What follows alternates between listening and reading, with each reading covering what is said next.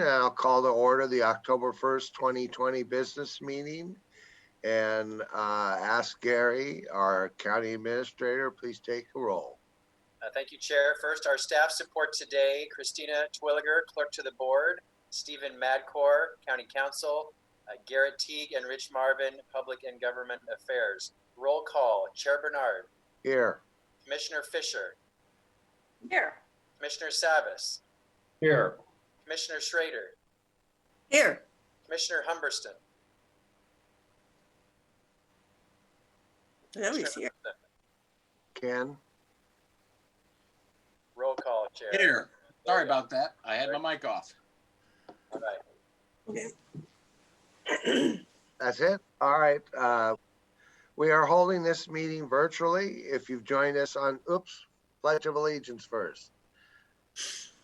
Okay. I pledge allegiance to the flag of the United States of America and to the republic for which it stands, one nation, under God, indivisible, with liberty and justice for all. We are holding this meeting virtually. If you're joining us on Zoom app for this meeting, and you're interested in providing public comment, we'll prompt you regarding how to do that when the time is right. You will have an option of providing your comments to us live. Alternatively, anyone can send a comment to be read during the public communication portion of this meeting over email.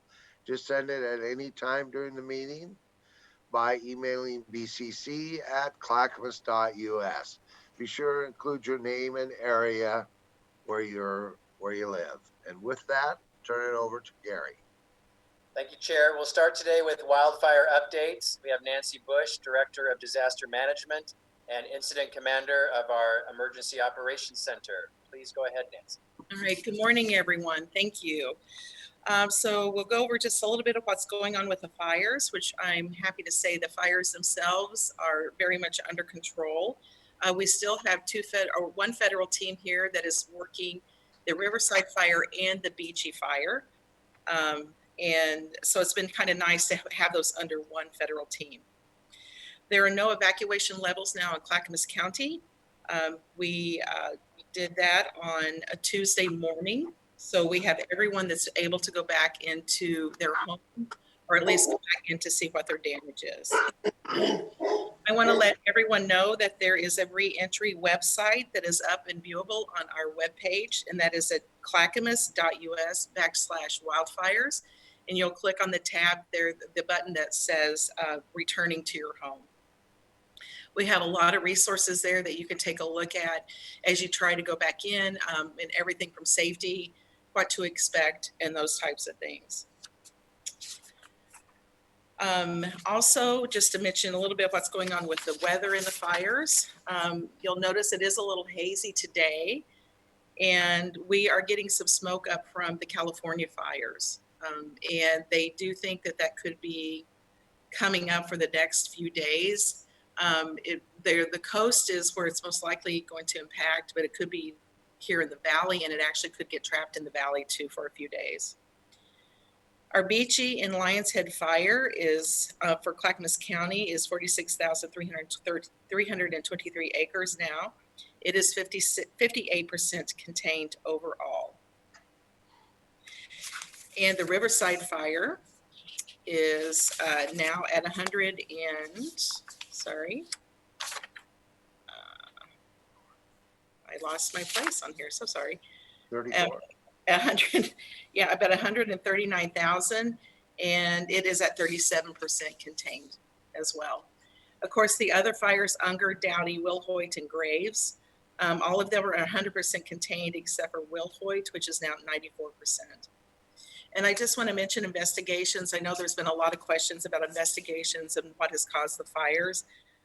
For Beachy Creek, the original start of that fire was lightning, but they are still doing some investigations on other parts of that fire. Riverside, they have determined it to be human caused, but there's an investigation on what that means, so we don't have any more information about that. For Unger, Dowdy, and Wilhoit, Those are still under investigation, and they are under Oregon Department of Forestry and Oregon Department of Fire Marshal, and we have not heard anything on that. And I'm checking to see if they have any kind of timeline of when they think they may have those investigations completed, but I have not heard back from them yet. A couple of other things to talk about. We are working on hazardous household waste and how to get that removed. And the chair and I have signed an agreement or a form saying that we want to work with the state on getting that removed, which means that our homeowners that need to have hazardous household waste removed because of the fire will need to sign right of entry forms. We have already had some right of entry forms that were developed here in Clackamas County with our plan. However, since we are now working together with the state as well as federal agencies, we have to have those tweaked just a little bit and get them to where all of our agencies are okay with them. And that's what we're in the process of doing right now. We had our county council help us do that, and we have now turned it back over to the state and to the FEMA to take a look at so that we know that they're good to go. After they are good to go, we will be getting them out to our community and encouraging all of our community members that have household waste that is related to the fire to sign those so we can get that cleaned up for you. And when we do have those forms, they will be available online, as well as we will have them in our resource center, which I'll talk about in a minute, for everyone to come and sign them. So you can do it two different ways. And we will also try to get out more and more into the community to make sure we get everyone that wants to sign that signed, because we do have a window of when everything has to be signed and we don't want to miss anyone. So we'll be working on that very diligently over the next 1 to 2 weeks. Our resource center is up and running. It is in Moala. It is Monday through Saturday, 9 a.m. to 6 p.m. Sunday, it will be closed. It will be open next week for sure, from Monday through Saturday, 9 a.m. to 6 p.m. And as we move forward, we'll do an evaluation and let people know if it's going to be open further, probably Tuesday or Wednesday. And at the Resource Center, we have FEMA is there, state insurance assistance, our county building and planning department, the assessor and taxation, behavioral health go teams, human services, and other disaster relief organizations that are willing to help out our community. Nancy, would you send me that list, please? Yes, sir, I will. Thank you. And you can find the information about the Resource Center on our webpage as well at clackamas.us/wildfires. Has hours and everything. So that is my update for today. There's still a lot of moving parts as we go into recovery. And I will definitely keep the board in to let you know what's going on as we move through that, because some of that is very complicated. And some of it is, of course, will take board action as well. Any questions? Yes, Sonia has a question. Okay. Hey, Nancy, really appreciate the update. I'm just curious, since I've never been through a wildfire before, what types of hazardous waste that would be related to the fire? Could you give some examples of what we're looking at that needs to have extra caution and care? Yeah, so from examples are actually ash itself that's from the home burning, for example, is a hazardous waste. And then of course you have asbestos that you may have had in your home, depending on the age of your home. Chemicals, anything you may have had in your home that may have burned, could be like fuels of any kind, turpentine, that kind of stuff. So it's, anything that's related to the home burning and what you may have had in your home. Paint. So when we went on the tour and saw the areas that had been completely burned, so those sites are basically hazardous waste sites that need to be cleaned up in a special way and planfully done so. Yes, ma'am. Okay, thank you. Mm-hmm. I don't see any other questions. Gary? Okay, next, still related to wildfires, we have for your consideration approval of an addendum number 2 to board order number 2020-66, declaring a state of emergency regarding wildfires. Stephen Madcourt, County Council, will present. That's right. Thank you, Gary. Good morning, Commissioners. What we have for your consideration is an addendum to the emergency declaration. On Tuesday, the 29th, the Sheriff's Office came before the board and informed it that it was no longer necessary to impose the curfew as an emergency measure. And the board voted at that time to remove curfews from the first addendum emergency declaration. What this second addendum does is formally remove curfew, but it leaves all other emergency measures that the board previously approved. All measures and this emergency declaration remained in effect until November 10th. But with the signature of the second addendum, you would formally remove curfews from there. There is one typo under paragraph 3. It says September 27th. It should say the 29th. And Christina will make that revision for the chair to sign should the board approve of this second addendum. Any questions? Paul? Yeah, I just want to clarify for the record, Stephen, that we did indeed meet with the undersheriff in executive session, and subsequent to that executive session, in public session, then we voted to take this action today. So I just wanted to clarify for the record. Thank you. Any other questions? With that, I'll entertain a motion. Mr. Chairman, I move we approve addendum number 2 to resolution number 2020-66, declaring a local state of emergency regarding wildfires, and to include the correction on the date as Mr. Madcourt indicated. Second. It's been moved and second that we approve addendum number 2 to resolution number 2020-66, declaring a local state of emergency regarding wildfires and correction with corrections. Any further discussion? Christina, please poll us. Okay, Commissioner Fisher, Aye. Commissioner Hubbardston, Aye. Commissioner Savis, Aye. Commissioner Schrader, Aye. and Chair Bernard. Aye, motion carries unanimously. Thank you very much, Christina and Stephen. Thank you. Gary? We're about to move away from wildfires unless there are any other questions. I don't see any. Next, we move on to COVID-19 updates. We have Philip Mason Joyner, Public Health Director and Co-Incident Commander of the Emergency Operations Center, and Dr. Sarah Present, our Clackamas County Health Officer, to present. Go ahead, please. Good morning, Commissioners. Thanks for having us. Our remarks this morning will be fairly brief as we don't have a whole lot of significant changes from last week. Dr. President will share the updated phase 2 metrics and our weekly data for the public in a moment. I would say in general, we are pretty disappointed that our case counts and metrics they're not currently moving in the right direction. Last week, it looked as though Clackamas County was meeting the metrics to allow in-person learning for our kindergarten to 3rd graders. However, this week's metrics no longer allow for this, and it's going to delay us in that for at least 3 more weeks, assuming the indicators will improve. These increases that we're seeing in cases, it's likely due to several factors.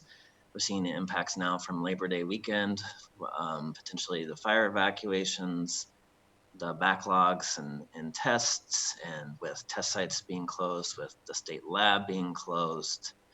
And then the items we've seen throughout the response, small gatherings, workplace outbreaks that are really across all different types of businesses and sectors. So those are just a few of the factors. We are working really hard rapidly in public health, doing a lot of flu clinic events and plannings underway with our health system partners, with clinics, pharmacies, school district partners to have events that are going to be occurring in October and November, and we'll be heavily promoting those events. We are treating these efforts essentially exercises, and it's going to help us a lot as we prepare for a future COVID vaccine. We are really concerned, and we're closely monitoring what's going to happen with our case counts in the weeks to come, especially with fall and winter approaching and folks spending more times indoors together. I did want to make sure that the board knows that we do have a staff member that's assigned as a business liaison, as I know that there was a question about what are we doing to do outreach to businesses. We do have a staff member dedicated to that, that's providing technical assistance, and we are trying to work with business and provide guidance on how they can operate as safely as possible. Make sure that they have really strong sick policies, because what we're, around the whole country is that that's really key to reduce outbreaks in businesses, is that we're supporting folks to complete their quarantine and isolation. And then finally, I'll share that we've seen a little bit of turnover in our staff with our temporary contact tracers and disease investigators. Our funding is secured right now until December 30th of this year. So these are some talented, exceptional staff that we have working for us, and they're certainly understanding of our budget constraints and have skills and are looking for opportunities to grow professionally. So those are just some of the challenges right now. I wish I had more positive news to share in general, but that is the current key activities related to the COVID response right now. And we're happy to answer questions. But how about Dr. President, why don't you go ahead and share actually the data, and then we'll do questions, if that's okay? Sure. Hey, good morning, everyone. So as of September 30th at 12 a.m., Oregon has had 33,509 cases. That's up 2,003 in the last week. Clackamas has a total of 2,466 cases, up 153 in the week. Multnomah has 7,274 cases, up 333. And Washington County has 4,369, which is up 189. Clackamas County has had 63 residents die from COVID, and that's up 2 in the last week. And Oregon total has had 320 deaths is what I have here. I'm not sure if that's correct. Sorry. Christina, will you pull up our metrics, our phase 2 metrics, please? So this is the school reopening metric. And Christina, if you could switch the county to Clackamas. When you pull up the link to the school reopening metrics, it always pulls up Marion first. I think that's a glitch in the computer system. However, here's the following the metrics criteria for in-person instruction for our schools. It's challenging to follow this, but I think overall it has all the complicated information for school reopening that we need. Over on the left-hand side with the numbers is, I think, the primary importance. It's looking at case rates per 100,000 in Oregon, as well as in Clackamas County.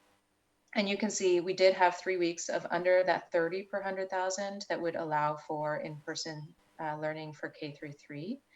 But then last week we had 35.4 per 100,000. They have currently taken off the test positivity metric as it has been suspended for the month of September. And I do not know if that will be reinstated as a metric going into October. So I'm waiting to hear from ODE a little bit more about that. Christina, do you have the phase 2 reopening metrics? During these weeks of September, we did get above the 5% positivity. That metric was suspended for school reopening due to increased test positivity throughout the state, which a lot of it was thought to be due to lack of access and lack of testing ability because of the wildfire response across the state. So that was a statewide decision to suspend that as a metric, as it had significant other influence. Okay. Here are our phase 2 business reopening metrics. And you can see, unfortunately, the Clackamas, Multnomah, and Washington County line here. There are 4 of the 6 that we are not meeting, and Clackamas alone also is not meeting 4 of the 6.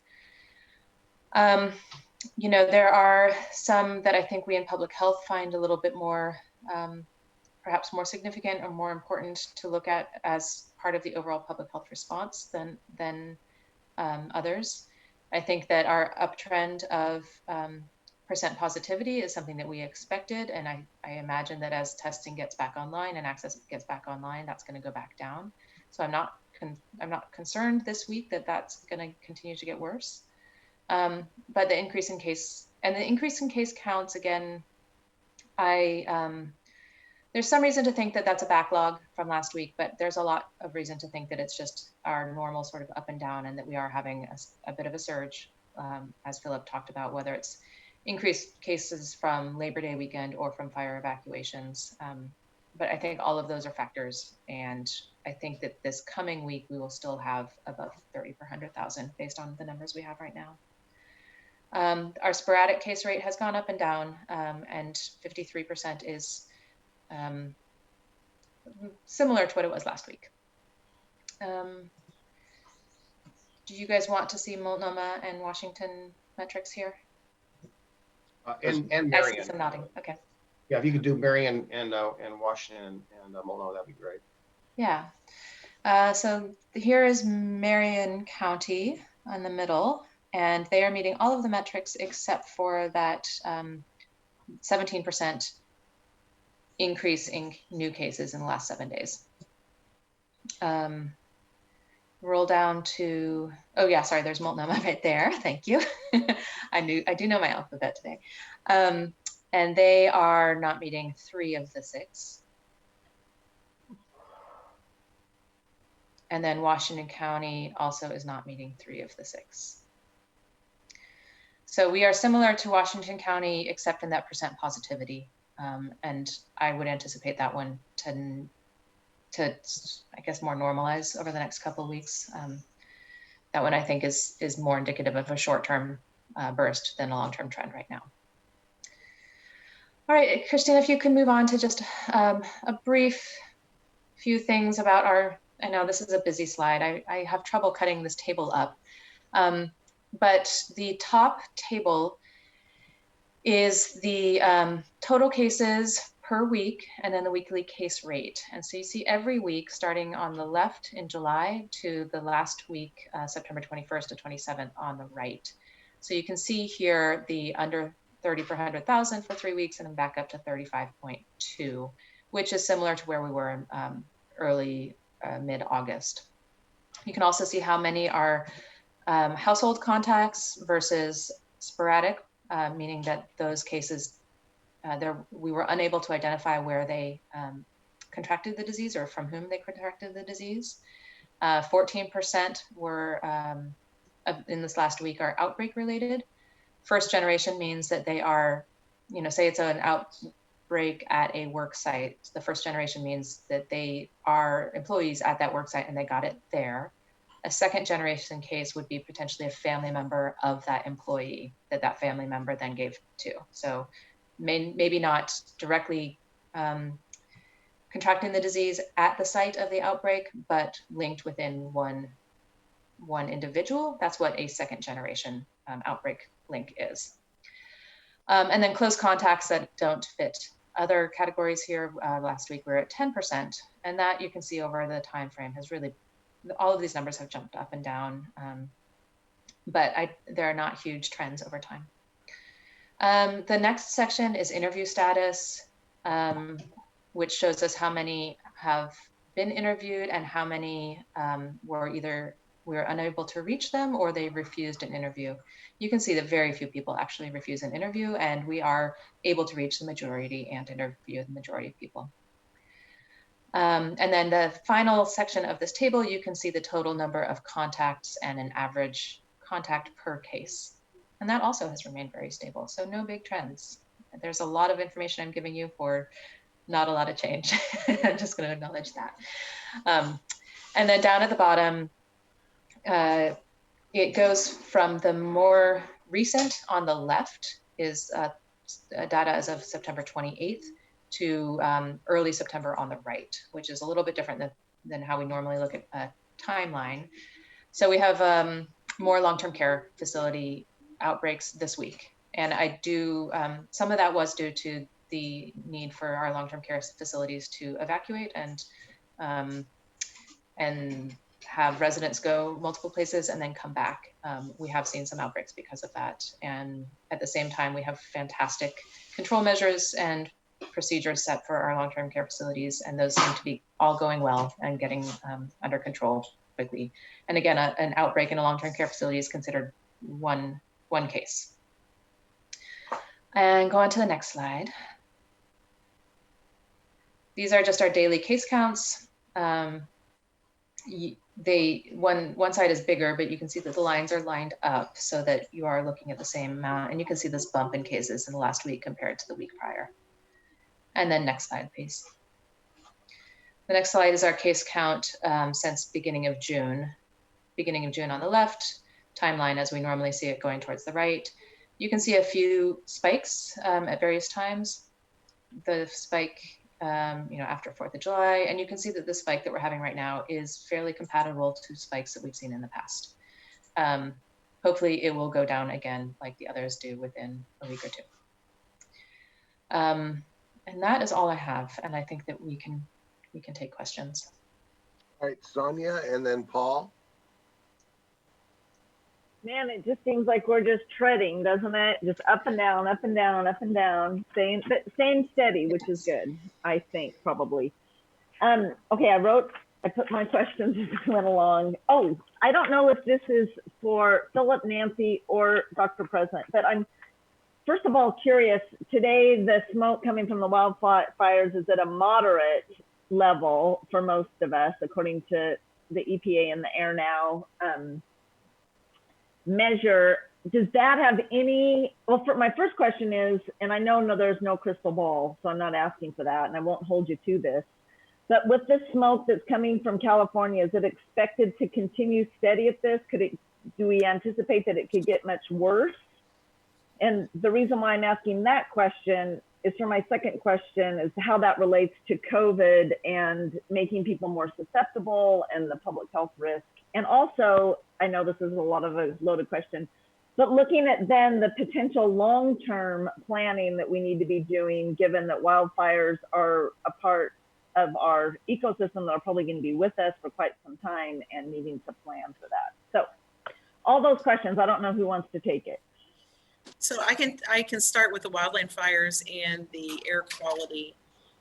From what I am reading in the weather and what we got from our fire partners is that they're looking at through today having the smoke and having our air quality being at that moderate level.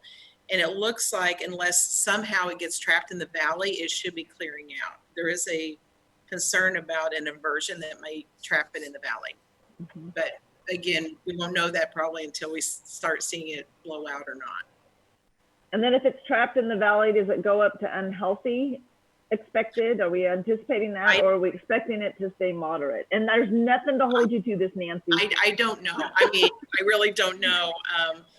I would think it would stay at moderate if it doesn't, if more, it doesn't come in, but the next level would be unhealthy for sensitive groups, and our public and government affairs staff is working with one of our public health staff members that's monitoring the air quality, and we have a whole toolkit that if it meets that threshold, we'll be sending out advisories. And what's nice is we have this toolkit. It's ready to go out as soon as it's needed with specific guidance for those populations. And that's a toolkit, just so everyone knows too, we've had for at least 2 years now, Philip. So we've had a lot of that planning done prior to this event. And then how does that relate to COVID as far as, and you never know what you see in the newspaper or on the news, but there's been a lot of talk about the wildfire smoke makes people more susceptible potentially for COVID or more complications with COVID.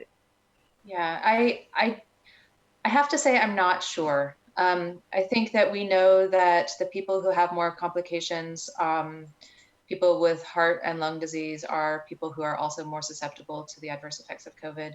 There is some suggestion that the irritation from smoke itself can worsen symptoms if you have COVID. And there's some consideration that your immune function would be such that you're more susceptible to getting the disease if you are exposed to it. I don't have good evidence to actually prove that. There has been some okay evidence that influenza is worse after bad wildfire seasons, suggesting that some respiratory damage from smokes can lead to more respiratory disease.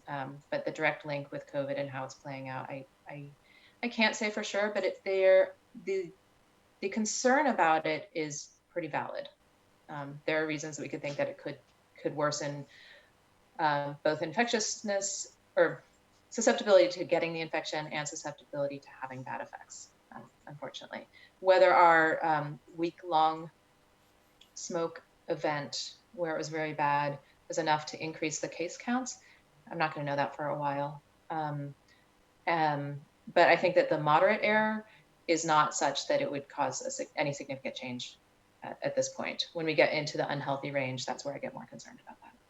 Oh, good. Thank you for that. I really appreciate it. And I don't expect any crystal balls. I just like to know what the best science is that we have at the moment. And then Philip, you talked about turnover with our contact tracers. Were you saying that people are leaving because they know their job's going to end on December 31st? Was that what you were kind of indicating there? Yeah, I would say definitely that's been a concern. Also, we're still hiring folks, and it's difficult to recruit for a position that we can guarantee employment to December 30th, but 2021, it's really it's not we can't guarantee that at this point. Obviously, we know that the COVID response will continue into 2021 at this point, but the financial resources to support our current model is not there at the moment. We've also had some of them have been student nurses who have graduated and found new permanent opportunities and or gone back to pursue higher education too. Mm-hmm. So I'm just wondering, and this might be a Gary question or maybe a Jim question, we are constantly doing our intergovernmental advocacy with our legislators, with the governor, with our congressional delegation. Is this enough of an issue that needs to rise to the level of concern about what counties need? I'm sure Clackamas County isn't the only county that is dealing with this issue. And maybe we need to add that to our intergovernmental advocacy. I'm not sure if it's enough of a problem. I don't want to create an issue if there isn't one, but I want to flag it early enough so that we can speak in a unified voice if necessary. I want to say that I heard yesterday that there may be another special session before the end of the year. And I hope that this is one of the issues that is brought up, adequate funding for certainly tracers, contact tracers, but other issues. I heard that yesterday from a representative of the governor's office. So we'll see. Well, Philip, let us know if we need to up our talking points and we are in our advocacy. And we have such an amazing government affairs group that's tracking and helping us that we can maybe get ahead of this. But I'm just guessing we're not alone in this and that other counties are also experiencing this challenge. I just had a meeting yesterday with our the leadership of our Health and Human Services Committee for Association of Oregon Counties. And surprisingly, this specific issue didn't come up in our legislative priority discussion, but if it needs to, just let me know. We can make it so. All right, Paul and then Martha. Yeah, thank you all for your being here today and presenting. Dr. President, I'm sure that, well, this number on the first slide you put up showing had on there a metric of our case rate, and the case rate is not the same as the case count, right? The case rate shown there is very interesting, especially when you compare that to today's weekly indicators for, in particular, Marion County. I want to point this out, and this is not a fault of any of us here in this meeting today. This is really a concern I've expressed before about the metrics we're using, and we're using percentages, and then we're using numbers, and sometimes we're mixing those up, and sometimes percentages aren't really reflective of the gravity of the risk at hand for citizens, whether they're in this county or other counties. But I find it very striking, the best opportunity ever to point out how messed up this is, and it needs to be fixed. It needs to be fixed at the state level, but maybe we can take it upon ourselves to come up with some metrics, especially now with all the parents that want to see, and the schools that are very involved in how or if we get back to putting their kids to school or not, or some mixture in between, or a hybrid. So today, as we saw in the weekly metrics, Marion County's numbers look great, but if you look at their case rate, they don't look so good. And I'm not looking at the case counts. So can you just amplify, if we maybe staff, Christina can put up the case rate numbers for Marion County that was flashed up momentarily, and you'll see those numbers. And maybe you can elaborate on what that means and why that doesn't really gel with the weekly indicators. So while she's pulling that up, the case rate that is reported by us and Oregon Health Authority is over a week, the number of cases per 100,000 population. So you take all the cases within a 7-day period, and then look at the cases per 100,000 population, not the total cases. So that helps to equalize kind of what we're looking at as a rate in larger and smaller populations. And a lot of epidemiology is based on rate and based on the numbers of cases per population size. It does give us a sense of how much community spread there is. And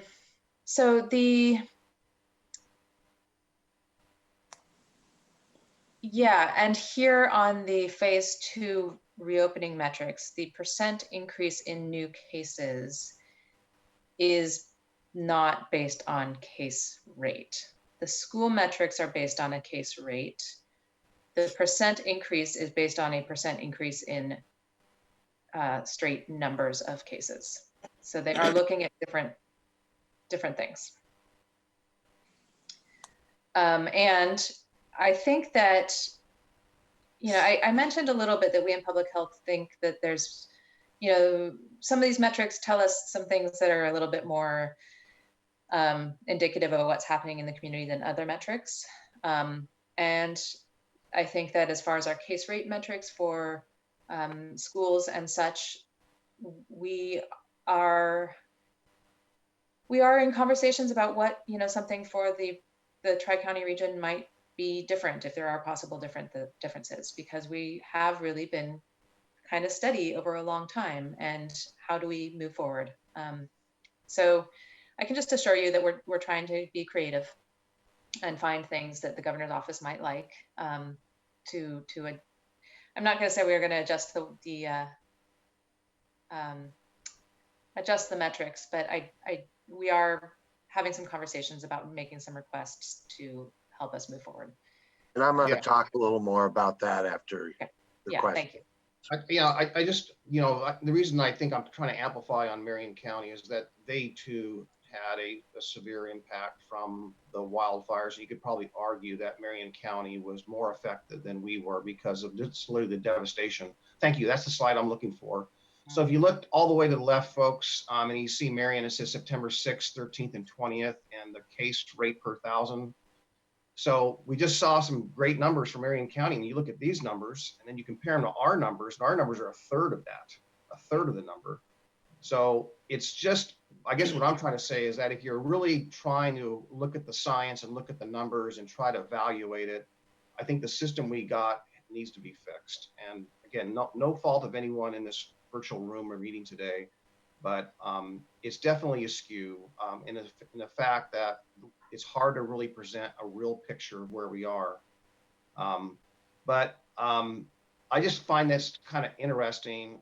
September 20th, we were in that whole period, we were in the midst of the wildfire, and Clackamas County was, but our numbers are a third of that. That case rate per 100,000. I'll just say, I'll just stop here and just say that when you look at this rate, this number, and then you look at the phase 2 metrics, they just don't gel. They don't say the same thing. All right, Martha?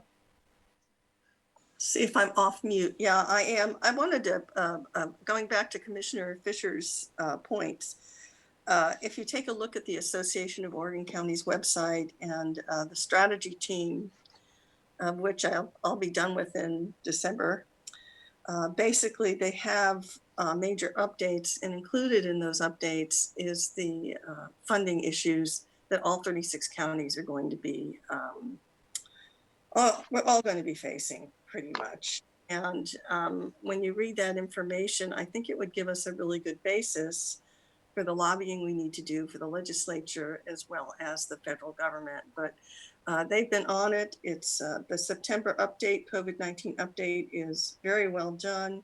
It's very specific with the kinds of money that counties are going to be needing and the need to share information and actually get what we need from our federal and state partners. The person who's doing it is their public affairs associate, Megan Quinard, and she's doing a very good job. So Gary, if we could align with AOC on some of this, actually probably all of it, I agree that that would be a really good thing for us to be doing in terms of getting resources. So just a comment. All right, so Philip and Dr. President, if I misstate anything that I'm about to say, please correct me. I don't have a problem with that.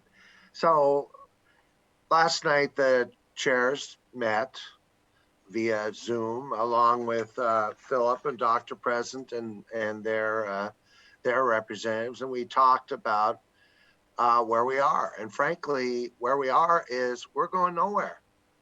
We're never going to reach these metrics to the satisfaction of the state to move forward. So we need to look at something different. What metrics should apply to the metro region? What changes or might need to take place to move the metro area out of this position? There's only 4 counties in the state that are still not to phase 2, and it's us 3 in Umatilla. So something has to happen. We are not the rest of the state. I mean, we're talking about urban-rural divide. Well, we have an urban divide here that needs to be looked at maybe differently.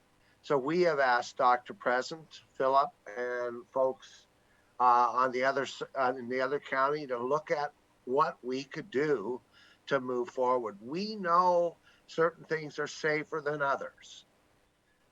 We know that small groups outside are safer. We know that if things are done right, inside we can, by limiting the size and following the rules, we can move forward. Schools on the other side are probably more challenging. But so we've asked them to take some time, 2 to 3 weeks, because it's going to take them that much time to work with the state and look at what metrics work for the 3 counties. And so they're doing that. My understanding is they're going to start today. They're going to meet. Of course, they've been talking about this for months. So, but it's apparent to me and to the rest of us that we're never going to get out of this cycle until we can do something different. And so we need to work together with the state and convince the state that the metro area can do something. Our metrics need to be fixed. That's what you said, Paul. It's true. We are never going to get past this without doing something. I would say that there was some talk about telling the governor that this is what we're going to do. I would say there's probably not support for the 3 counties to do that, but I think it's our responsibility to tell the governor and folks that there is a difference between the 3 of us and the rest of the state. And we need to show where those differences are and convince the governor and staff that this is the right path. And was I close there, Philip and Dr. President? Yeah, I do have to correct you. It's Malheur County, not Umatilla County, that is sorry. the other one. But other than that, yes. Big one in the corner. Yeah, thanks. So that's what we're doing. And the question, and I don't expect an answer from you guys, but something you need to think about is what is our tolerance for risk? That's something we really need to think about. I mean, for me, I don't want to risk anyone's life. So what is our tolerance? So I want you to spend, I mean, not now, think about it a little bit, because that is a question that I think we all need to have thought through. Mine last night, I basically said, I don't have any tolerance for life, but for risking life, but there, we are doing better on saving lives, and our hospital metrics are within reason. What is our tolerance? So I'm going to go on. That's all I have to say for this, and Ken, and then Paul. And thank you, Mr. Chairman. What I would suggest for at least a starting point in those discussions is that the metric should be the metric that was established when this virus first hit. And that is making sure that you have the hospital capacity available to take care of those people who are in the worst possible conditions and that are at the greatest risk of dying. And right now, we actually have more vacancies in our ICUs, et cetera, and more capacity for the use of ventilators, et cetera, than we had several months ago. All the evidence suggests that the virus is going to be with us for a while. In fact, some of the evidence suggests that it may be one of those things like the flu that we're going to be stuck with, having to deal with fairly periodically. So I would suggest that the number one metric is making sure that our hospital systems are not in danger of overloading. If we begin to approach that, then you tighten the screws. The second thing I would submit is that different kinds of businesses should have certain standards that they have to adhere to. So where you have the at-risk populations such as seniors living in congregate housing, that there should be some pretty strict rules about entrance and egress and masks and all of those kinds of things to minimize the risk to that population. Likewise, in different professions, whether it's restaurants or food workers or agriculture or whatever, you set some standards that have to be followed there and put the energy into enforcing those standards in those different places. That's where I think we ought to focus it. I think your point is well taken. We'll never meet the 6 metrics unless the disease goes away. And there is no evidence that the disease is going to go away. So that would be what I would put on the table for discussion and see if that can gain any traction. Before I go to you, Paul, I just want to comment on one thing that Ken said. There are metrics for hundreds of different businesses. The problem is we need a general metric, like something that applies to everybody. Whether you're 25 people or 50 people or 10 people in a group, indoor, outdoor, because it's gotten so confusing that, you know, you probably have to carry an encyclopedia with you to look up whether this place is safe to go to or not. So we need something more generally applied where we know it's safe. I agree with totally on the hospital thing. That I think our folks also agree with that. But it needs to be something that, you know, you can decide this metric. Well, the facts show that this is a safe way to go. If you don't feel safe, you don't go. But to apply it business by business has been very challenging, very challenging. All right, so Paul and then Sonia. Yeah, so I too want to just build on the hospital thing. So we've learned a lot in the last 6 months, 7 months, right? We had a situation where we were really questioning the hospital capacity of availability of PPE and all the other precautions. We've learned a lot, but these phase 2 indicators are frankly not the right indicators. They just aren't. And that's my point I've been trying to make, and I'm going to amplify that even more, because I'm really concerned that it's going to mislead people, put people at risk, and people potentially, by not having the right numbers and the right metrics, our counties in certain counties might be more at risk because of this, I think, a somewhat dated system based on what we've learned.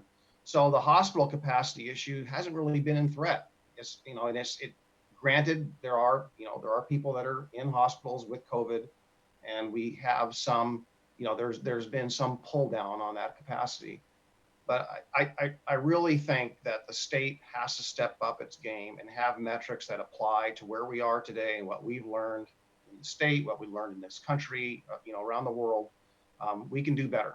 And I think we need to do better, because every day that we don't have the right numbers to guide us and guide our decisions, we're impacting economics, we're impacting academics, we're impacting mental health of our societies. We've got to do better. And the state needs to step up its game. And so I guess we're kind of saying the same thing or the similar things in different ways, but these numbers aren't working. Well, I would say that the old saying, you've seen one county, you've seen one county. The metro region is different than the rest of the state, and we need metrics that work for us. And you can't apply the same metrics statewide. And so that's what we need to do, is look at something different. And that's what they're going to do. They're going to look at. Sonia and then Ken. Yeah, I just want to really appreciate our health professionals, because they have been looking at the science, the history, what new information is available, with what studies have been done to adapt as this virus has been with us for quite some time, which is why I believe it's so confusing.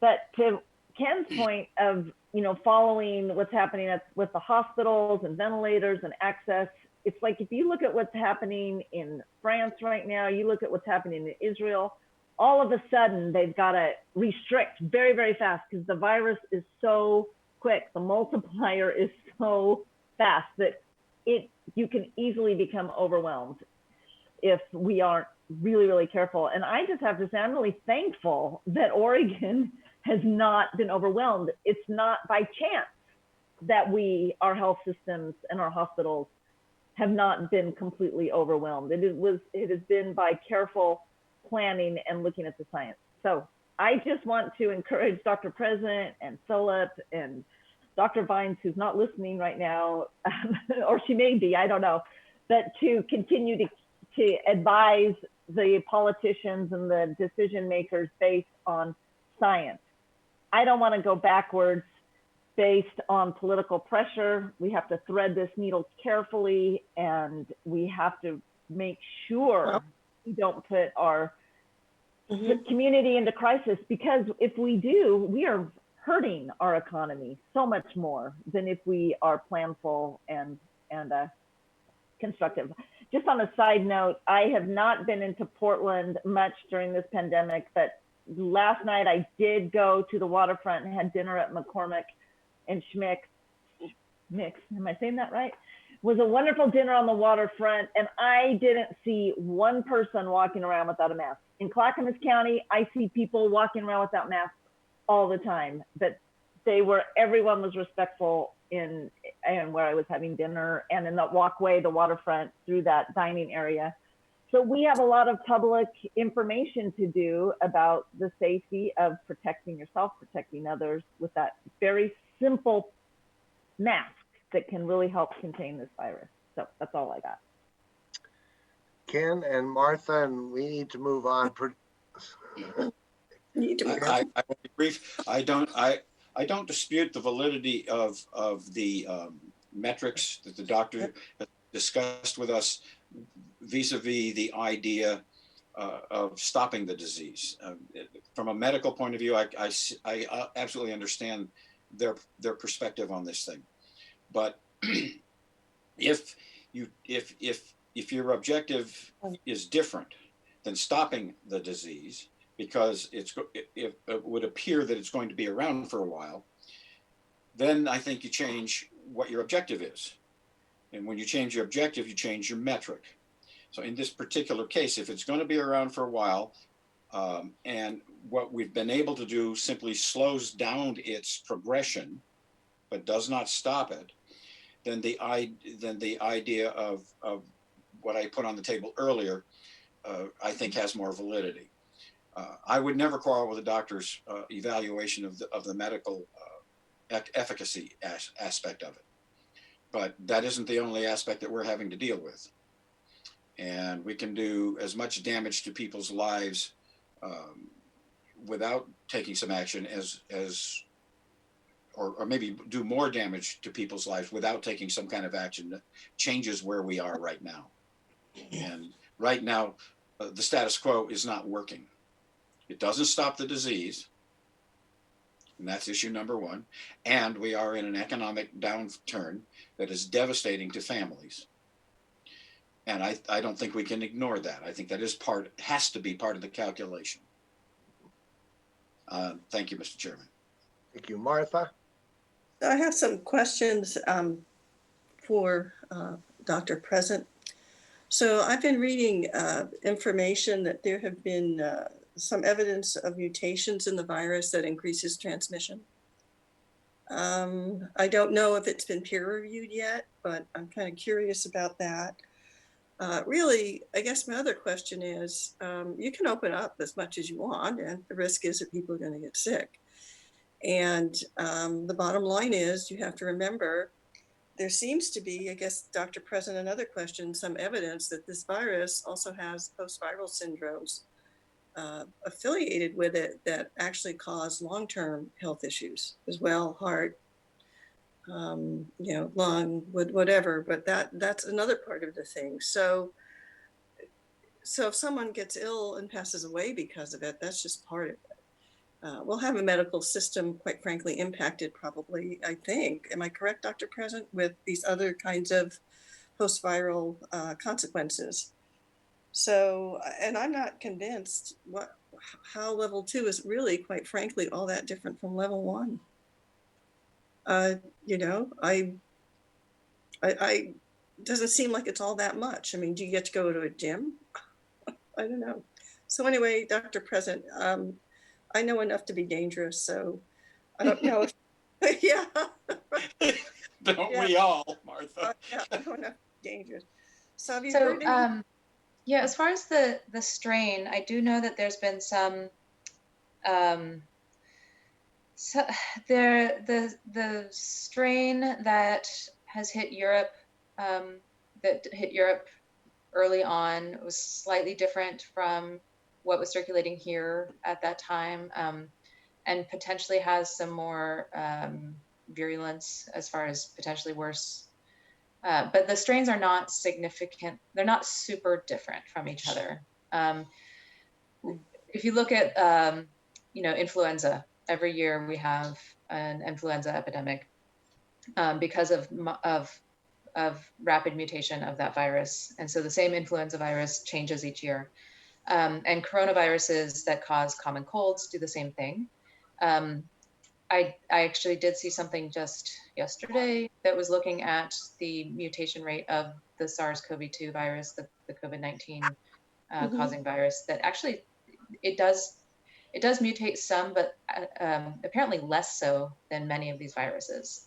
The real sort of thing about that is whether the same vaccine would treat all of them. And the suggestion is that, yes, we are not looking at needing to make different vaccines for different strains at this point, which is reassuring. Okay. And we also are getting evidence that people can get the virus again. So we've had a handful of cases who've gotten their second round already. And then as far as post-viral things, there are a number of complications, I think, just to consider. In hospitalizations, we have not found great treatments that, other than oxygen, that really improve mortality once you do get severely ill. And so that's another world of research that there's some benefit, some promising things, but we have at this point not been great at finding good treatments to improve mortality. And then there's evidence coming out of increased cardiovascular risk, increased potential heart attacks in months after having the disease, because it does seem to have a more cardiac effect than many respiratory viruses do. I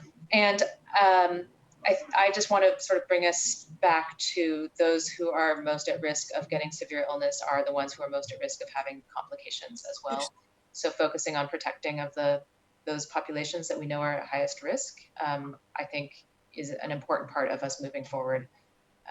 The elderly and people with cardiovascular disease, and people of color. So Yep. how do we support the vulnerable populations while moving everybody forward? That's my. So can staff give me? I mean, am I just not understanding why? Phase 2 is phase 2 significantly different than phase 1? Really? Yes, it is, Martha, but we're not looking at moving to phase 2. We're looking at maybe a 1.2 or 5, or a slow pace towards 2. But yes, it is a significantly different. In what way, Jim? That's what I'm Well, not. the size of groups, what kind of facilities are open. There is some information available, I'm sure, on the web. The website? Okay. I'll look at the website. That'll be. I just want to assure you that what we're looking at is movement, frankly, movement towards something. And what that is, we're going to be looking at. And Well, when we have a vaccine, it'll move. But yeah, that could be 2021, 2022. We don't know that yet. Correct. Yeah. Well, that's what I think. Yeah. Thank you. So, thank you, Ken. I will be brief. Just a reminder that Marion County went to phase 2 long before we were tethered to the other 2 counties and the metrics were put in place. Yeah. So it's not really and I suspect that they simply didn't want to have to tell somebody to go backwards at that point in time. So I don't think it bears much resemblance to our situation, frankly, and I don't think it helps the argument. I think that the main thing that helps the argument is how do we go forward from here, and what metric should we use as we go forward, period. All right. Wait, first of all, Gary, are they done? Yes, they are done. We can move on. All right. Thank you very much. And before we move on, I want to read a statement.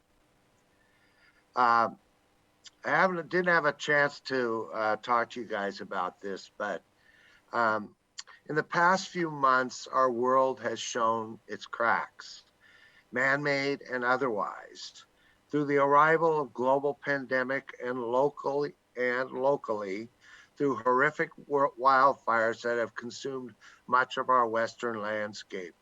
Our past collective actions have contributed to our current reality. We have the ability, however, to change our future through our own education and action. All elected commissioners of Clackamas County represent different ideologies, different points of views, and different opinions. Yet we come to do our work each day with a commitment to work together to advance and improve the quality of life of all our residents. We have spoken out together about racial injustice in our county and in the world.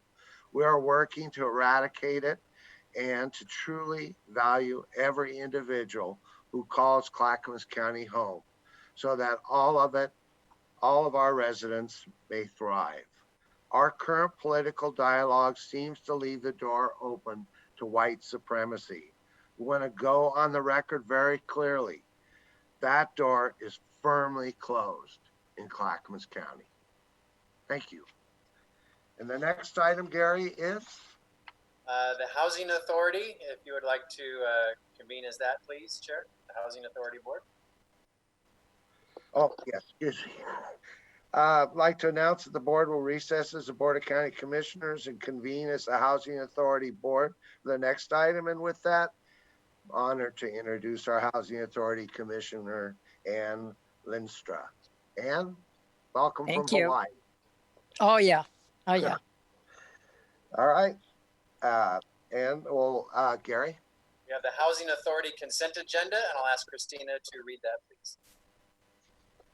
Okay, number 1 is approval of geotechnical services contract between Housing Authority of Clackamas County and selected PBS Engineering and Environmental Incorporation.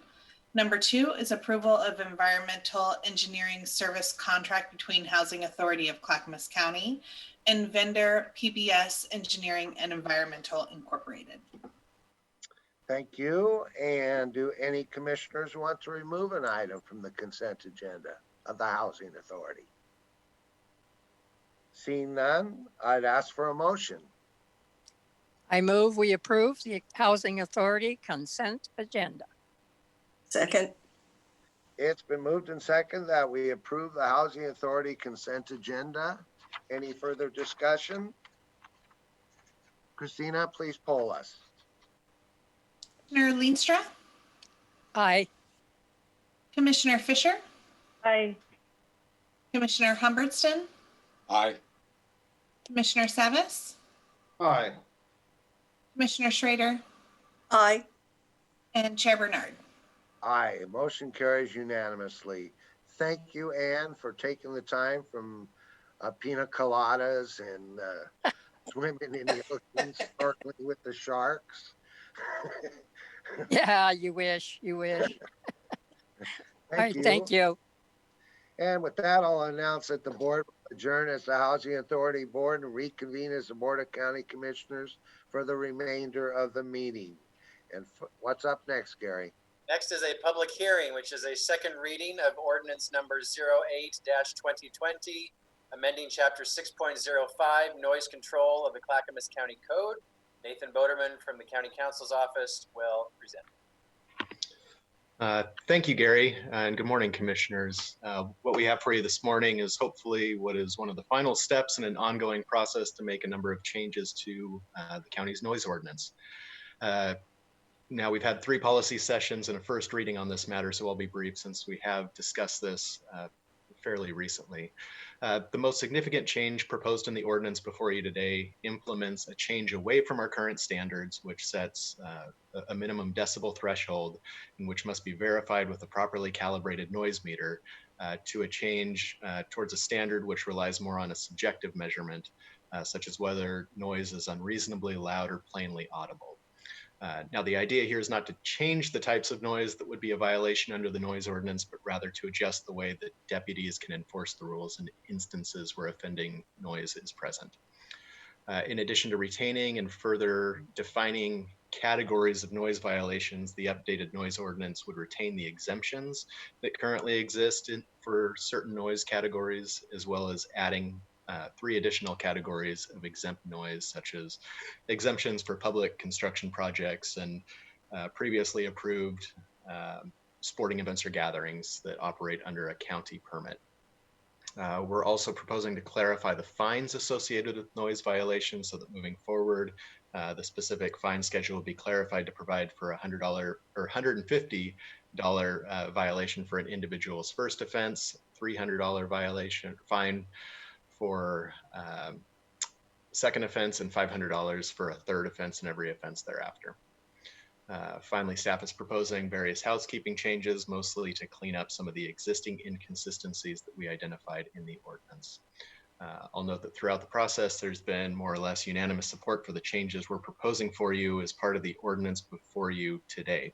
And as I mentioned during first reading at the last, the board agreed to table issues related to noise variances, recognizing that there was still some work to do on that particular aspect of the amendments, and to move forward with the remaining changes. So that's what we're doing here today. And I just wanted to reiterate that we will be coming back to you at a later session to specifically discuss issues around noise variances. We actually have a meeting scheduled this afternoon with Administrator Schmidt and various departments to come up with a proposal for your review. So that's where we're at with that aspect of the process. I'll just conclude by saying it's staff's recommendation that you have the second reading today and hold the public hearing, and that you move to approve. Happy to answer any questions that you might have. Paul? Thank you, Nathan. Appreciate that. And knowing what we're doing, and that if an officer is called to respond to a noise complaint, and he's using a subjective standard, is there something they have to go on that points to a different subjective standard for hours of the day? For example, at 3 o'clock in the morning, is there a different standard than 3 o'clock in the afternoon? Yeah, I mean, I guess I'll say a couple things on that. One, it is a reasonableness standard. So I think, it would be, at least when you're proving what is and isn't reasonable, noise at 3 a.m. is fundamentally different than noise, during business hours during the day. So absolutely, that's contemplated. Second, we have categories of per se violations, and we retained noise decibel thresholds. And so it's a per se violation for something that exceeds decibel thresholds during different parts of the day. And I forget what those are specifically, but it's much lower after 10 p.m. than it is during the day. So it could just be that if an officer does have a decibel meter or whoever's responding, that they could capture that as a per se violation, which is much easier to prove if and when this ever goes to hearing. You mentioned business day. So is there something that speaks differently as far as a standard for a Saturday or a Sunday? Friday? Good question. Actually, if you give me just a second, I can see where we landed on that. I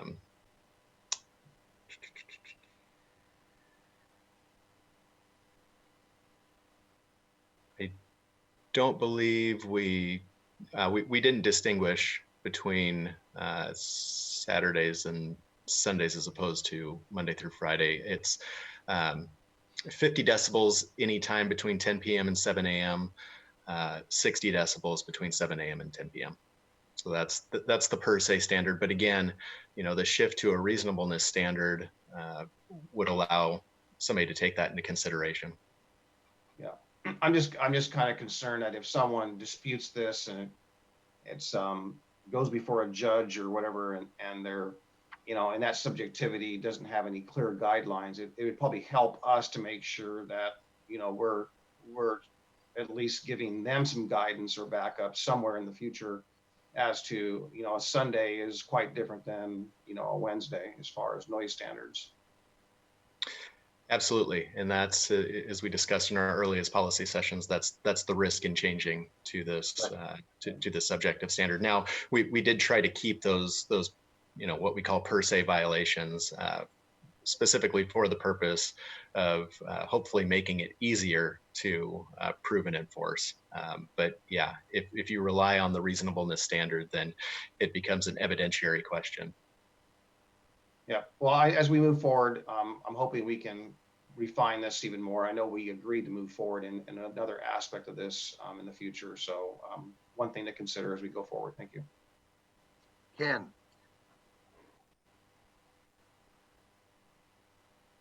your mic. Thank you.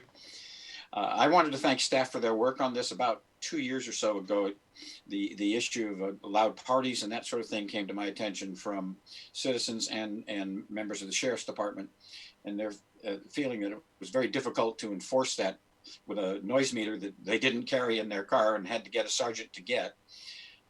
And then Commissioner Savas pointed out some noise issues that had to do with construction permits in the early mornings, which got wrapped up into this whole discussion. And so it obviously made staff's work a little more difficult and a little more complicated. But I really do appreciate the work that you've done to get this done and bring it forward. I think it's going to make an improvement in quality of life for people, and it gives our sheriff's deputies the ability to put a stop to things when they get out of hand and are disturbing their neighbors. So thank you very much, Nathan, for your work. Thank you. And with that, we'll open the public hearing. Now I'll turn it over to Christina. Now I can't even say it. Christina Terwilliger to moderate this portion of the meeting. Thank you, Chair Bernard. I'll be coordinating public comment for this specific public hearing and later on for general comment. If any attendees would like to provide a comment specific to this public hearing, you can do so now by utilizing the raise hand feature on Zoom. If you're by phone and you want to give comment on this matter, please hit *9. Again, we'll open this public comment to any topic related to Clackamas business in a little while, but if you have a comment related to this matter, please select raise hand button. And I do see that we have one person. I'll go ahead and bring Les Poole over. Let's see. Les, if you want to go ahead and unmute yourself. And you have 3 minutes. Good. I won't need 3 minutes. Just a couple of thoughts. One is, do we have a matrix or an idea of really how many more violations will result from this change? And I had the same question, frankly, that Commissioner Savas raised, because I know we don't want to become the noise police and the thought police and the COVID police and every other kind of policeman that we seem to be. So my question is really, how will the complaints be handled any differently? And when it comes to weekends, the issue again that Commissioner Savas brought up, I'm concerned about what's allowed at what time of day, because I think there should be a lot of leniency on the weekends. At the same time, we all know that when you're up in the woods enjoying your property or enjoying nature on a Sunday afternoon, we shouldn't be experiencing fireworks, screaming, drinking, yelling, and everything else. So I'm just concerned about where we're going here, because I don't want to open or see another can of worms created, or a complex outcome when really you're trying to simplify things. And I'm just concerned about how this will affect non-business hours. And it's my understanding that really 10 p.m. for most jurisdictions is we'll call it the witching hour, and I don't see that changing. So most of what we're talking about here is during the daytime primarily. Is that correct? And thank you. That's just my thoughts. Nate, did you want to answer that? Sure. I mean, 10 p.m., we don't characterize it as quiet hours, but that's the practical effect of how we've drafted the ordinance, or frankly, how our existing noise ordinance operates. We've retained those hours as being sort of the cutoff between when the higher noise would be allowed, that 60 decibel threshold, switching over to the 50 decibel threshold. I guess I'll note from a policy perspective, the idea here throughout this exercise was not to change the types of noise that would be violations under the noise ordinance, but rather to adjust the way that the deputies could enforce the rules again. So in other words, a violation of the noise ordinance today under our existing ordinance should continue to be a violation of the noise ordinance moving forward. What we're doing is just changing the way that those violations are substantiated. And so if it's now easier for deputies to enforce, they may be inclined to enforce those more aggressively. I don't know what the practical effect of this ordinance change will be on how it's administered. But again, from at least a policy perspective, what we tried to achieve through the drafting was that, that the status quo more or less would be retained. It's just the way that these are enforced. So it's not that, you know, still it's probably not a priority call for a sheriff's officer to go up when it's noisy and your neighbor's loud. So that's not going to change. But the fact that if the sheriff does arrive and it is unreasonably noisy, he doesn't have to sit and wait for a sergeant to bring him a noise meter.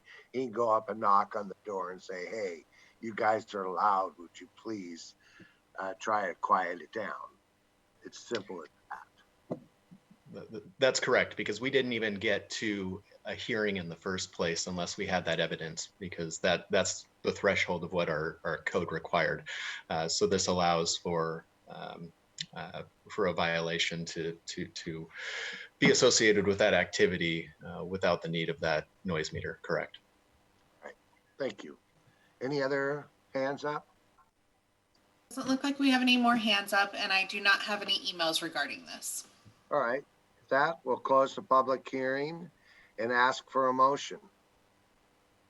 Mr. Chairman, I move we approve the ordinance number 08-2020, amending chapter 6.05 noise control of the Clackamas County Code. Second. It's been moved and seconded that we approve ordinance number 08-2020, amending chapter 6.05 noise control of Clackamas County Code. Any further discussion? With that, Christina, would you please poll us? Commissioner Fisher? Aye. Commissioner Humbertston? Aye. Commissioner Savis? Aye. Commissioner Schrader? Aye. And Chair Bernard. Aye, motion carries unanimously. Thank you very much. And with that, Gary, what's up next? And next is the consent agenda, and I will ask Christina to read that, please. Right, so on our consent agenda today, under Health, Housing, and Human Services, approval of an intergovernmental agreement with the State of Oregon Department of Consumer and Business Services, Senior Health Insurance Benefits Assistance. Number 2 is approval to apply Oregon Department of Transportation Rail and Public Transit Division for FTA 5311 Rural Transportation Funds for COVID related to operations of Mount Hood Express. Number 3 is approval of agreement with Oregon Department of Transportation Rail and Public Transit Division for FTA 5339 Bus and Bus Infrastructure Investment Programs Funds for Bus Purchases for Mount Hood Express and Transportation Reaching People programs. Number 4 is approval of an interagency agreement with Clackamas County Health Centers Division for school-based health centers operating funds. Under elected officials, approval of a previous business meeting minutes. Under County Council, resolution related to the concurrence of a minor revision to the Molalla Urban Renewal Plan. Under Technology Services, approval for service level agreement for Clackamas Broadband Exchange with the Colton School District. And under Community Corrections, approval of a sub-grant application, acceptance and agreement between State of Oregon, Department of Corrections, and Clackamas County to provide emergency housing of Indigenous non-COVID positive clients. Thank you. Do any commissioners wish to remove an item from the consent agenda? Seeing none, I'll entertain a motion. Mr. Chairman, I move we approve the consent agenda. Is there a second? Second. It's been moved and seconded that we approve the consent agenda. Any further discussion? Seeing none, Christina, please poll us. Commissioner Fisher, Aye. Commissioner Humbertston, Aye. Commissioner Savis, Aye. Commissioner Schrader, Aye. and Chair Bernard. Aye, motion carries unanimously. Gary, what's up next? Next is public communication, and Christina will also lead this portion. Thank you. Now is the time for general comment related to any county business. If you have a comment related to county business, you can use the raise hand feature on Zoom, or if you're calling in by phone and want to give comment, please hit *9 now. I will give people a few seconds to do that. I do not have any emails at the bcc@clackamas.us email account. I do see one hand raise. That will be Les Poole. I'll bring him in now. Les, if you want to unmute yourself, and you have 3 minutes. Yes, I appreciate the opportunity to speak again. Les Poole from Gladstone. Very timely that the subject came up today of how we're addressing COVID here in the county, in the metro region, and how that relates to what what the Oregon Health Authority and the governor are let me just use the word imposing on us. And I'm troubled by some of the changing metrics and frankly by a preoccupation with a math formula to resolving and addressing the issue. And the preoccupation with the formula that is troubling to me because the formula is clearly flawed. Clearly flawed. And I will close by saying the conversation that began earlier today is one that needs to continue, regardless of any action you take. I understand that you're dealing with the state. Right now, you have a certain amount of authority. I'm not suggesting that we go rogue or that we succeed from the state of Oregon, but I sure as heck hope that you folks will step up. And I'm going to say something that's probably controversial, and that is that the mask panacea is troubling. I'm not opposed to the wearing of a mask that will help with the disease. I'm not in any way opposed to much of what has occurred. But as always, we've seen a increase in a growth in how something is applied. And what I'm referring to is we've gone from requiring masks to eventually we now have masks outdoors. Now we're masking up to 5-year-old children. And I believe that the masks have a place, but I also believe that they're a symbol of government overkill, and that much of the improved results that we have had and the stability that we've experienced comes from informed citizens who will naturally do the right thing. So we really need to work on these on the numbers that are being used. There's flaws there. That's not your fault, but you will be held accountable if you do not take action and follow up on exactly what was discussed earlier today. And again, I appreciate that was brought up. I know this is very awkward, very difficult. You're probably less comfortable with it than I am. Thank you. Anyone else? There is no one else, and there are no emails. All right, with that, we'll close the public portion of this meeting and go to the county administrator for his updates. Thank you, Chair. I'd like to share some good work our staff is doing related to both of our current emergency situations. First, since the pandemic started for COVID, our Emergency Operations Center and Health, Housing, and Human Services staff created teams called GO Teams, G-O, GO Teams. These are teams of staff members who go out in the community to help those who are struggling with anxiety, unemployment, grief, and other challenges.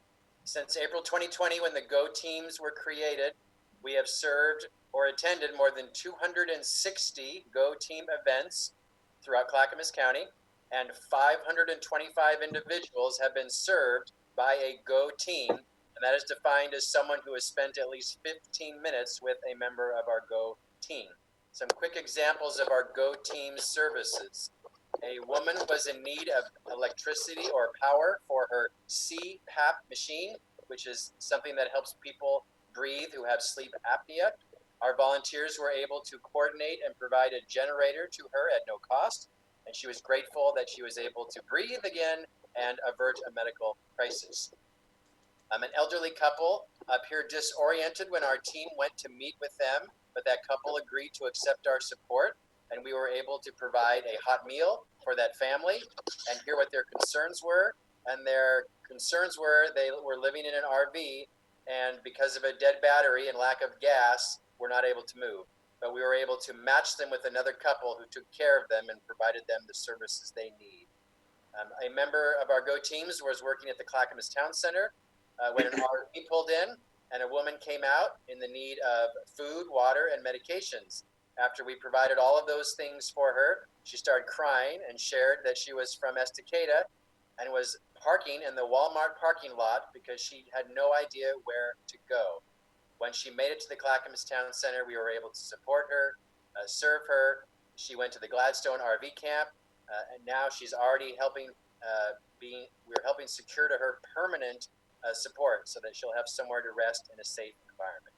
So those are just a few examples of how our Go teams have been very supportive of our community during this pandemic.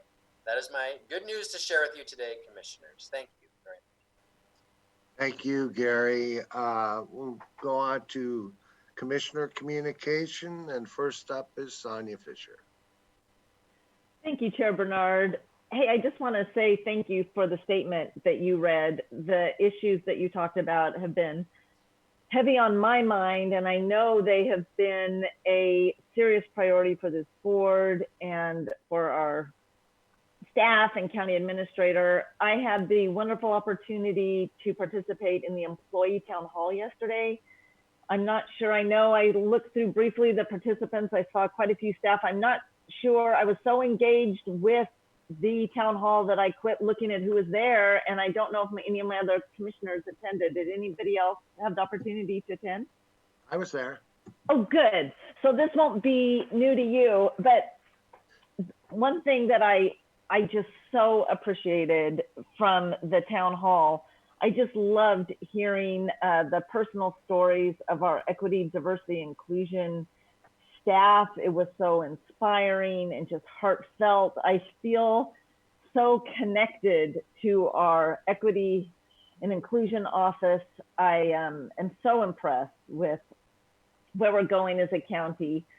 And I did just want to share, I think we've all been engaged with trainings. I think I can speak for all of us. We've been involved with the National Association of Counties. We've been involved with the Association of Oregon Counties. We've had the opportunity to get some really good information.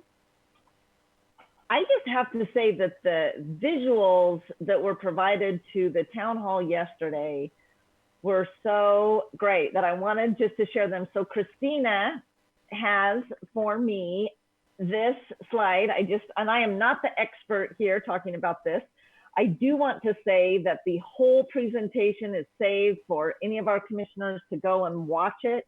But for the public, I just thought that this wheel of what diversity is pretty incredible visual. And I love the colors. I love the way that it describes all the different uniquenesses that people bring to our community, to our workforce.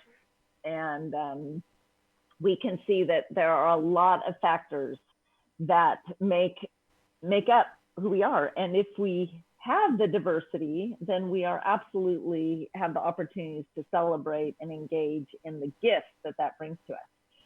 Okay, next slide, Christina, that I really, really liked. So This slide, I think, is great because we are often looking at, well, what is equal? Well, equal is when everything is the same, but that doesn't equal equity. So equity is when what people have what they need. And I love this visual because somebody that uses a wheelchair isn't going to be able to be on a standard bicycle, but they might be able to use their arms to use a bicycle.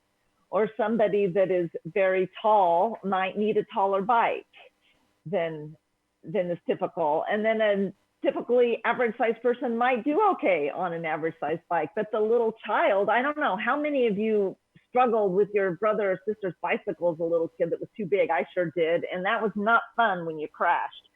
So I love the image of the child with the child-sized bike. And it really just goes to show that not one size doesn't fit all, and that we have to be adjust how we think to look at the individual needs of a person. Okay, Christina, next slide that I really, really liked from yesterday's presentation. This visual for me was incredible. So we all look at, we value people, but where are they within the circles of our community? And it really goes to show that we have some circles where we exclude people. We have other circles where we segregate people. We have other circles where we kind of put them inside the circle, but we keep them all kind of together.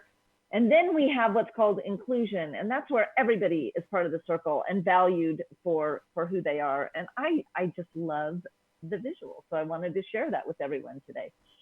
And I think, is there one more, Christina, or is that it? Oh, this is, you know, we often talk about, so we had the Coalition of Community Colors, Coalition of Community of Color come to talk to us about the importance of doing an assessment of Clackamas County so that we can lead with race. Well, when we talk about it, it really makes sense that, well, if we lead with race and we take care of the issues related to race, then everything else will fall into place. And verbally and intellectually, it's like, yeah, I can get that. I can understand that. I can see why we have that policy.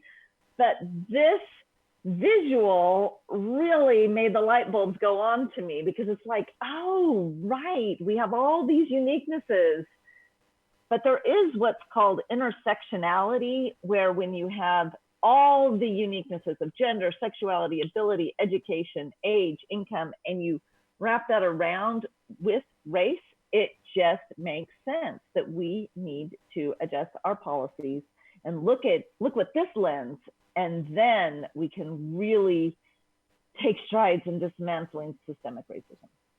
So I loved yesterday. Thank you, Christina.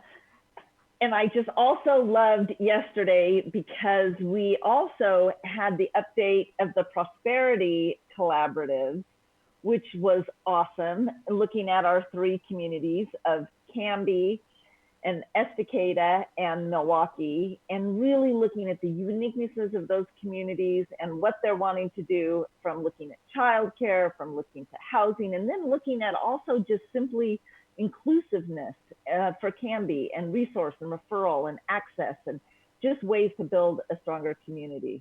So what an honor and a privilege it is as a county commission to be engaged in this work, and I'm really happy to share it with all of you. Look forward to you also watching the presentation and having us all have this wonderful sense of pride in the great work that we're doing. Thank you, Sonia. Martha. Well, I think it's been a busy week for all of us. I think the highlight of what I saw this week was I did go out to the Molalla, their school center, the Molalla River School District Center. It's Community Resource Center for Wildfires, where our folks who have been doing all this work in serving our community and preparing for recovery met with FEMA, and FEMA will be there through this week. And if anyone in the area of Molalla, Estacada needs to get help and information about cleanup and resources and opportunities to get the help they need, that would be the best place to go to. I think one of the concerns we have is that folks up in those areas are really want to get into their homes. They want to get back to their sites. They want to get cleanup done as soon as possible. But we have to caution folks that, as we heard earlier in our business meeting from our disaster management staff, that a lot of these things have, that are toxic chemicals, potentially asbestos, things that have been burned, that as you clean up, you have to do it in a way that is not only environmentally sound, but really is going to protect your own health from getting exposure to these things. So I really am going to urge folks to take advantage of that contact out there. I think it's critically important. One of the things that I thought was remarkable as I was with the folks in Malala and Estacada again, was the fact of how resilient they are and how it makes me feel, and the rest of us feel, to be commissioners in the county where you have folks that have faced such loss and are resilient enough to bounce back from that in those rural communities. It's really an honor, I think, for all of us to serve those folks up there. And I know that we'll all be dedicated to making sure that those communities impacted most by the wildfires will get back on their feet. So that was really kind of a remarkable piece. And I also had an opportunity to join the union presidents with Administrator Schmidt yesterday on their conversation. I thought that was really interesting. I hope I can plan to continue to sit and talk with our union presidents on a regular basis. I think some of the topics we covered, is how are we supporting our sheriff's office? I think that's going to be key as we move forward. I know that there are issues we have to work through as people continue to work from home.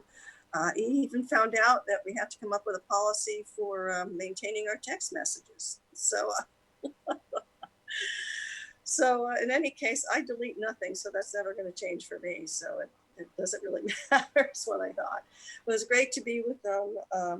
Really a good group of folks, and as employees of our county, they're very, very cooperative and really want to see our county succeed. So that's about it for me today. So thank you. Thank you, Martha. Paul. Yeah, I appreciate Commissioner Fisher sharing those slides. And hopefully maybe that was recorded. Maybe we can catch up on that. I've been pretty well overwhelmed, and I kind of mentioned on Tuesday, with all the transportation stuff that's going on currently. So a lot on my plate related to transportation, but before I get into transportation and issues like that, I just want to make one thing, and I don't know, maybe it's covered in that pie chart or somewhere in there, but as my grandparents who immigrated here from another country, another part of the world, language barriers or speaking a different language was a major impediment. And people, it ought to be somehow covered in there. Maybe it is, but language is a barrier, especially if you are a person of color.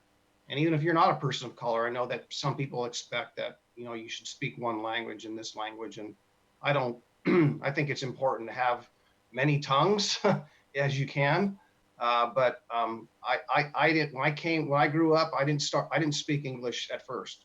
So I spoke a different language, and I was pushed very hard not to speak another language because of how people discriminate sometimes on that. So one thing to add, shifting to transportation, and I just got to say, in the context of affordability, and when I talk about affordability, I'm really talking about people being able to make ends meet, balance their checkbooks, pay their rent, and survive and put food on the table for their families. And I think the compounding of all of the measures that have passed that impact families, whether it's on their gallon of gas when they pull up at the fuel station, or whether it's their property taxes or their rents, affordability affects everyone. And whether a business is being taxed, it does get passed on to consumers one way or another, and it compounds. And so all to say that I'm just really very concerned about the momentum that's currently of the dialogue, the momentum of the dialogue that's currently taking place with regards to congestion pricing and tolling people the minute they roll out of their driveway, especially in an area or a county that does not have any alternatives. The push seems to be more about changing people's behavior than it is about giving them the options. And that's just wrong. It's absolutely wrong. And I know that Portland has a lot of transportation options for people, but we don't. And a lot of Washington County does not either.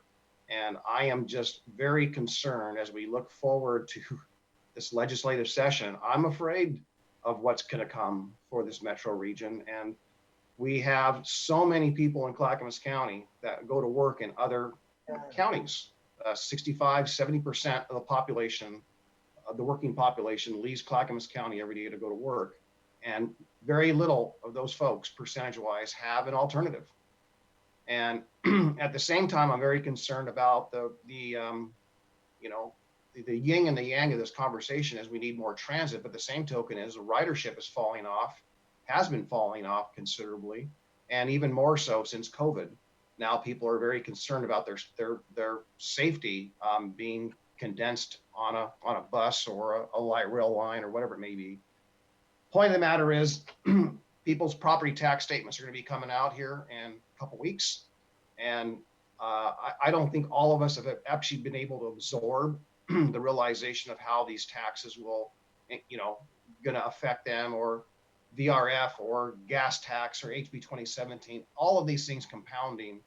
I don't think we've really taken that into account. And as I'm talking to people, accountants and so forth that are in the financial world, just realizing that this is putting an extra strain on a lot of families. So it was just something to keep in mind, that on behalf of our quality of life of our constituents and our families, that we've got to really look at affordability in a very broad spectrum. So it's something I want to raise, where we talk about our policies and housing or transportation, that we've got to, for the welfare of our families, we've got to, and our citizens, we've got to look at affordability as a factor in our decision making. That's what I have for today. Thank you, Paul. Ken? Thank you, Mr. Chairman. I'll be brief. Martha and Sonia and Paul basically hit on most of the issues that I was kind of thinking about talking about anyway. I would like to take two things into consideration based on our discussions earlier today with the physicians that were here. One is we know that we have at least 50 homes that have been destroyed and 150 outbuildings that have been destroyed as a result of the fires. And I'd like to ask Gary Schmidt to have our staff take a look at how we can expedite systems, our bureaucratic systems, as much as reasonably possible to help those people in their rebuilding processes. They are, as has been pointed out, very self-reliant, but they also have rules and regulations that we all have to follow. And if we can relax that or expedite that in some manner, I'd like to hear a plan about how we do that. The other is that, as I've shared with Mr. Schmidt, there's at least one community already that's asking to put on some fundraisers for their fire department. So tied into the discussion about how we move forward to some form of a phase 2 and what our metric is supposed to be, keep that in the back of the mind. Again, these self-reliant communities are willing to raise money to rebuild their fire department and other social or infrastructure things that they have in their communities, but they also have to have the ability to get together to do it. So how do we do that in a way that is healthy and safe? And how do we allow our rules, regulations, and the state's rules and regulations help them get that done? So because I believe some of our job is to help people help themselves. So that's my comments for today. Thank you. Thank you. One of your comments, Ken, I'm sure Gary would be happy to answer, and that is we are looking at expediting applications for rebuilding. I think we have some great staff with in that department looking at that. We also need to consider fees. application fees. But, you know, we have committed to, you know, full cost recovery. And is that a discussion we need to have during this time? I'm sure Gary is willing to discuss some of this. So I'm going to let you butt in on my stuff. I'm just kidding. 10 seconds. You have a policy session next Tuesday discussing this very topic. Staff's already on it. So you'll have a discussion next Tuesday. Thank you. Yeah, and you know, I gotta say one thing, our staff has been fast to act. When COVID came and our planning department, they went right to the web in 2 weeks. That's amazing, because I swear we've been talking about it for 10 years, but they did it, and I'm very proud of them for that. I want to say that town hall, and thank you, Sonia, for those slides. Actually, I got your explanation a little better. I had so much activity at my home yesterday anyway, it was great. I really appreciate it. It was a great, and that's why I read that statement about white supremacy. Somebody asked Gary, do the commissioners uh, uh, condone or oppose white supremacy? And I felt it was important to make sure that people understood internally and externally that we do not. It's not allowed here. So I thought that was important. Also, you know, one of the callers mentioned face masks. You know, the fact is, if we all wore face masks when we're around public for a couple of weeks, we would be able to open businesses. But that isn't happening. For example, somebody was telling me yesterday, I went to the Pearl District, and there are about 100 people on the sidewalk. Half of them wore masks, half of them weren't. And the restaurants and stuff, where some of them were following the rules and some of them weren't. If we just did it, we could open up the economy in no time. So I think that we have Fred Myers, for example, has been doing a great job. No mask, no service. They've been doing a really great job. So yesterday's town hall internal was really great, and I thought Gary did a great job. Our staff did a great job. It was impressive, and as we work within our organization, that will expand out into the community in the future. So look forward to that. Finally, I just want to say that one of our policy coordinators, Ernie Hayes, who you all probably remember, passed away, battling cancer for less than a year. Young man, smart man, lots of potential. He will be missed. So my heart goes out to his family. With that, we're adjourned. Thank you. Thank you. Have a great weekend.